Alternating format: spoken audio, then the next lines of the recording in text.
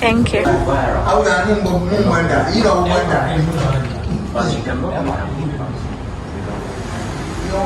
This.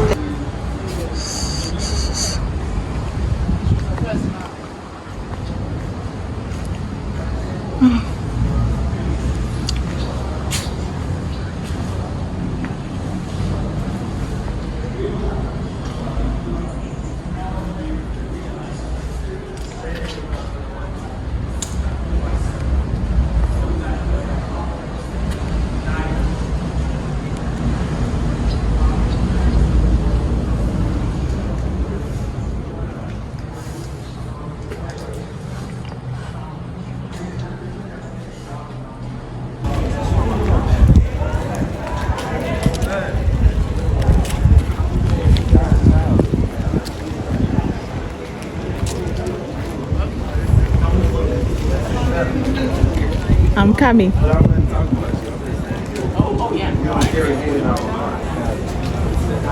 For the captives who tried to fight the Europeans. So first chamber I made mention, most of them, they were freedom fighters and held in the dungeons. When the Europeans entered the dungeons, they normally tried to fight them because they wanted their freedom.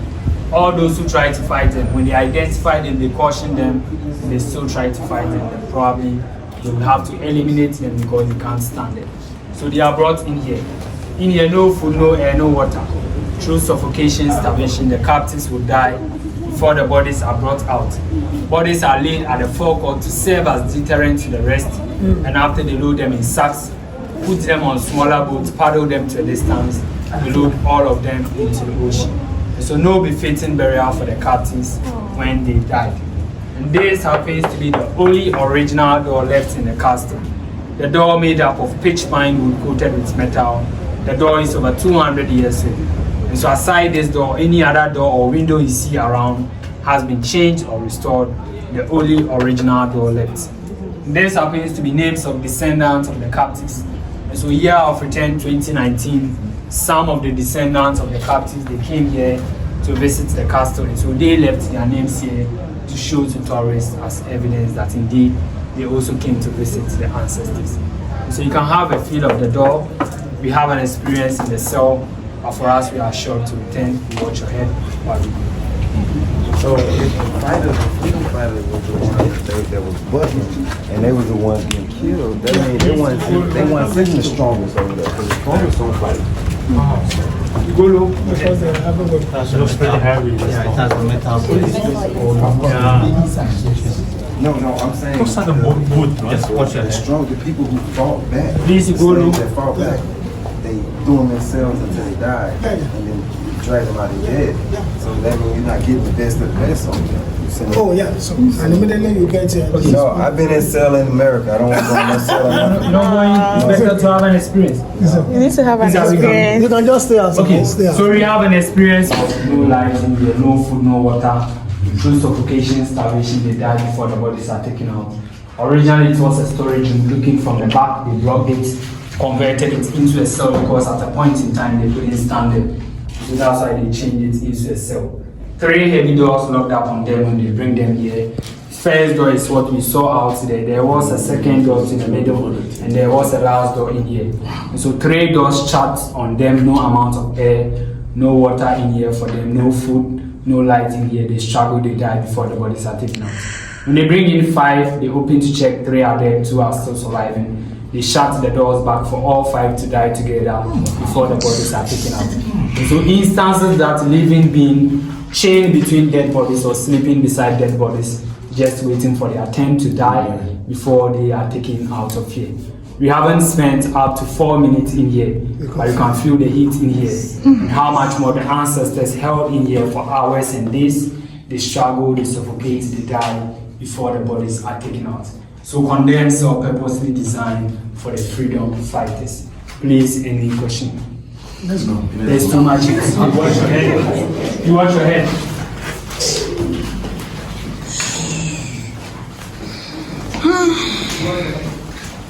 If you go to you watch your head.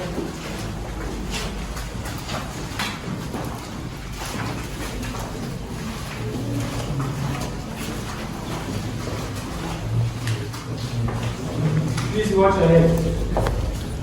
Your head, go low. Okay. So you have a quick look up, you check the slave market in the court, where the governor was living, and after then down there. We won't have the same meaning. Cheaper the place.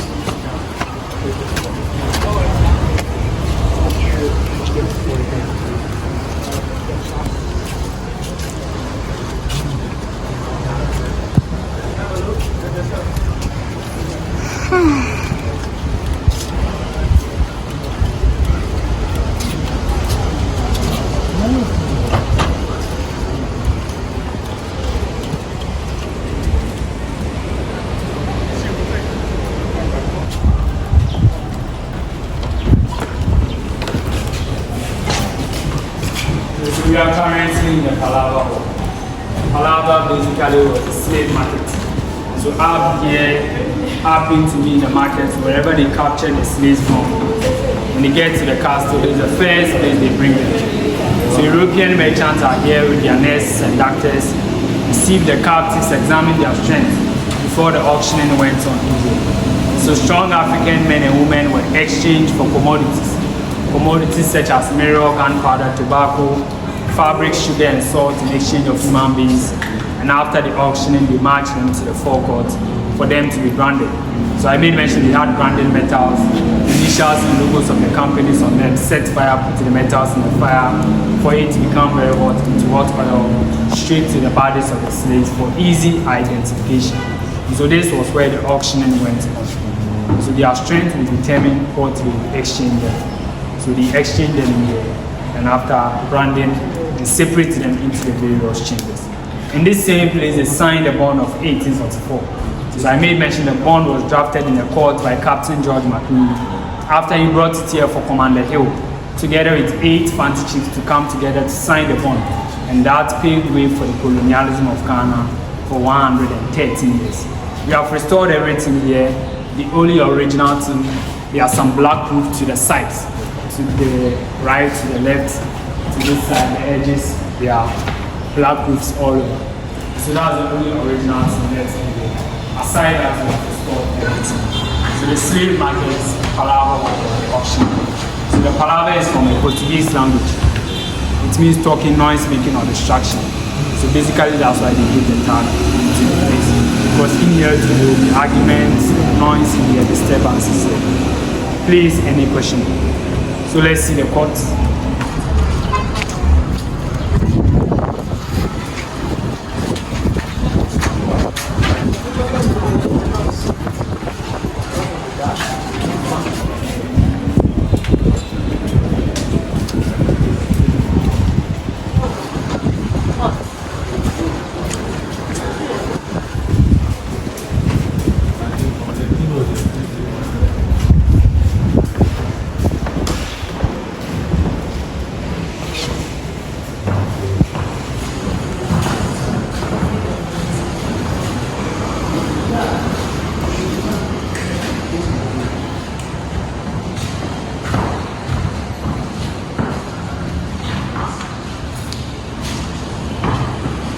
Then Gold Coast Ghana. So court established by Captain George. In this same court he drafted a bond of 1844 after he took it to the Palava Hall for Commander Hill together with 8 fancy chiefs to sign the bond, and that paved way for the colonialism of Ghana for 113 years. This side too, we have restored everything. So in the castle they do restorations. So whatever gets spoiled in here, they try to do a similar one by replica. They replace it in here. We try to maintain the design in the edifice. And so though we have restored, we try to maintain the design they were using initially. And so first court system established in then Gold Coast Ghana. Please, any question? Let's see the Soviet part.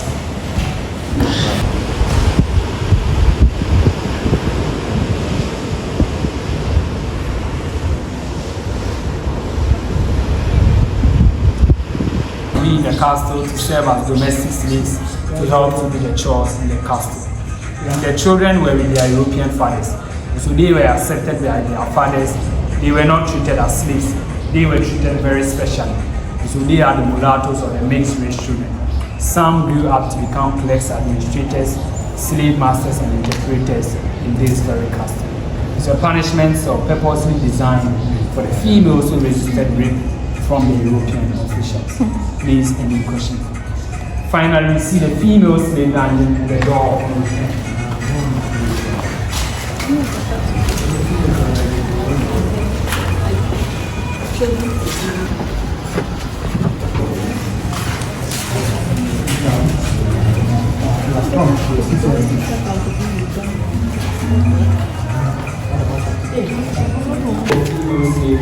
There are the other chambers were opposite. Each of the chambers held about 150 to 200 female captives. In all, to about 300 to 400 held in here at a time. There are only source of light and ventilation. The three holes appear just as we saw in the male slave dungeon. Together with this one has metal bars or partitions within. So this will also serve as a spy room for the Europeans to keep an eye on the females. They also did everything here. Urinate, go to toilets, they slept in there, sometimes they were fed in here. So everything we are working on also contains the excrement of the ancestors that has mixed up with sand and solidified all of the chambers. The only sad thing here is that even after menstruation, there was no bath for the captives. They are held in their mess till the ships come for them away. And the only time they get an opportunity to take their bath is when they are being selected to be raped by some of the officials. Aside that, no bath for the captives. They are held in their mess till the ships come for them away. They wanted females for a reason. So basically, females were needed for reproduction, so that when they get to the plantations, they force the females to mate with some of the male captives. And so they select people very strong, energetic, and tall. They force them to mate with the females, so that when they give birth, they will give birth to children of a kind, just like their fathers, very energetic and strong. They would also grow up to become captives on the plantations or slaves on the plantations. And so their motive for they wanting females was for reproduction, and more of the men for the active work on the plantations. And so though the females would work, their work wouldn't be intensive as to what the men would be doing. The men would be doing the active work, females to reproduce and also support with petty work on the plantations. And flowers brought all over to pay homage to the souls of the female ancestors, because we believe that their souls or their spirit continues to stay in here. Please, any question? If no question, finally we shall check the door of no return, and we shall return through the door of return to finally take the conclusion to end the talk. So that probably they will need to lost count. So we move them one at a time through the door. And the door was changed to a large door during the colonial period. Gold Coast was a capital, and in here was an administrative seat. And so because of the administrative and trading purpose of the Europeans, they changed the smaller door into the large door to suit their own intended purpose. But when you visit Elmina Castle, for them there is the original door of no return in there, but here it was changed for the purpose of the Europeans. Africans who journeyed through that short and narrow door, they lost everything with respect to their lives. They lost their roots, they lost their identity, they lost their culture, they lost their fundamental human rights, they lost their religion. No opportunity to even say goodbye to their family members. When they move them through this door, normally they place them on smaller boats to transfer them into the large ships. Because of the weight of the large ships, they can't dock closer. So that's why they dock far away, and smaller boats will transfer them. Through that process, most of them, they drowned themselves in the ocean to die. This was because most of them were taken from the hinterland. They had not seen the ocean before. So upon being placed on smaller boats to be transferred, out of fear, they threw themselves in the ocean to die. Others believed in reincarnation or the life after death. Because of their belief, they wanted to die so that they would be reincarnated back into their lands. And so upon being placed on smaller boats to be transferred, a lot of them drowned themselves in the ocean to die. Those that survived the journey to the New World, when they reach there, they baptize and they Christianize them. They give them Christian names, and they bear the surnames of the slave masters for easy identification. And so Africans who journeyed through this door, they lost everything with respect to their lives, and they never returned home. And so that happens to be the reasons why the description up here happens to be the door of no return. Africans journeyed through this short and narrow door, and they never returned home. But today we are not slaves. We shall see.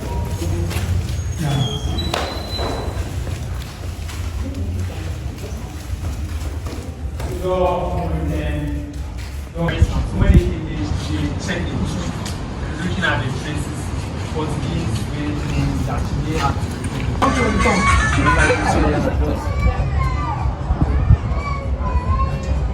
Posso ter ido lá?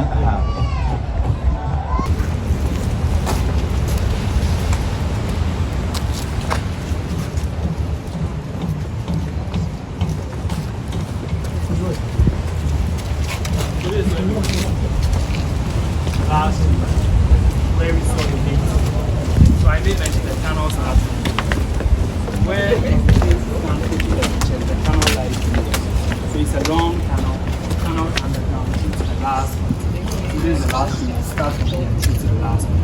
So you shall see a section of the tunnel or a portion to the side. That was the one that guy Sino. Yes, what Captain George McLean said. Yes. So let's see the portion. So that was the purpose of the cannons, 2 times. One to blast the ship, one just to see towards the ship. So all these were for their fellow European nations because they didn't want them to take over the castle and the trade from them. Exactly.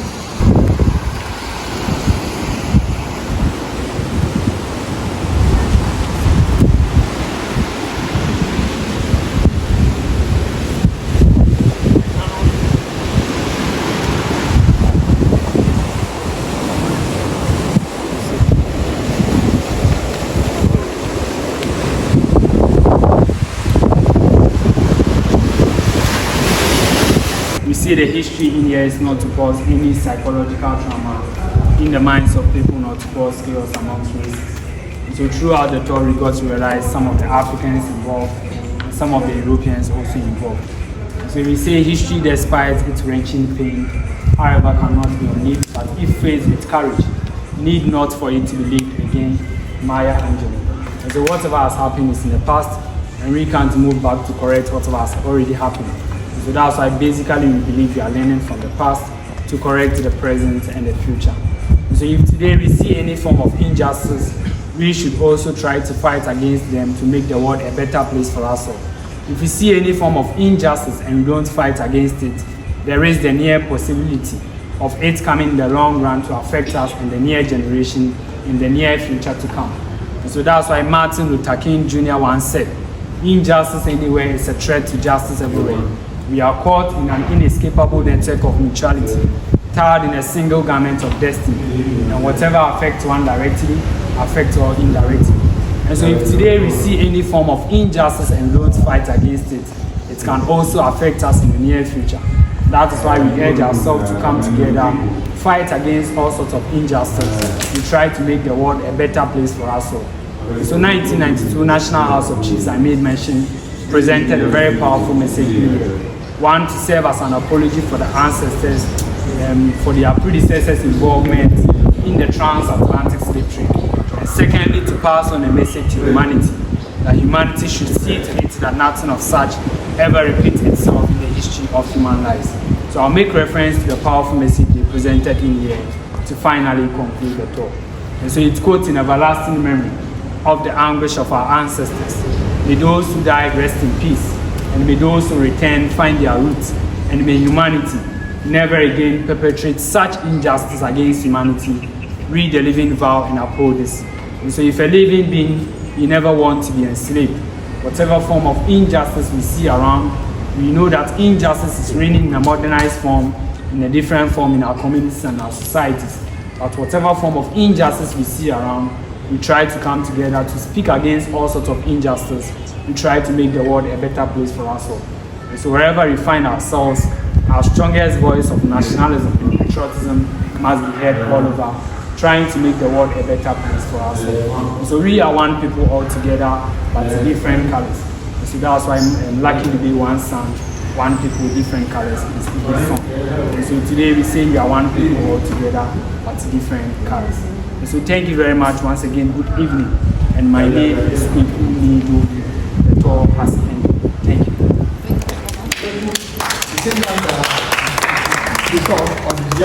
His son was corrupted. Mine is not corrupted.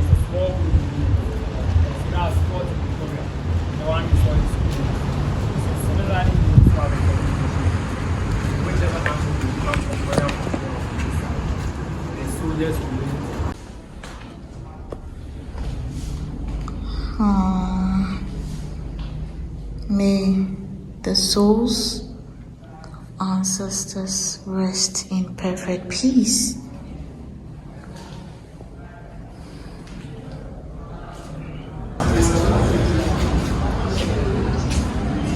Nothing's better here.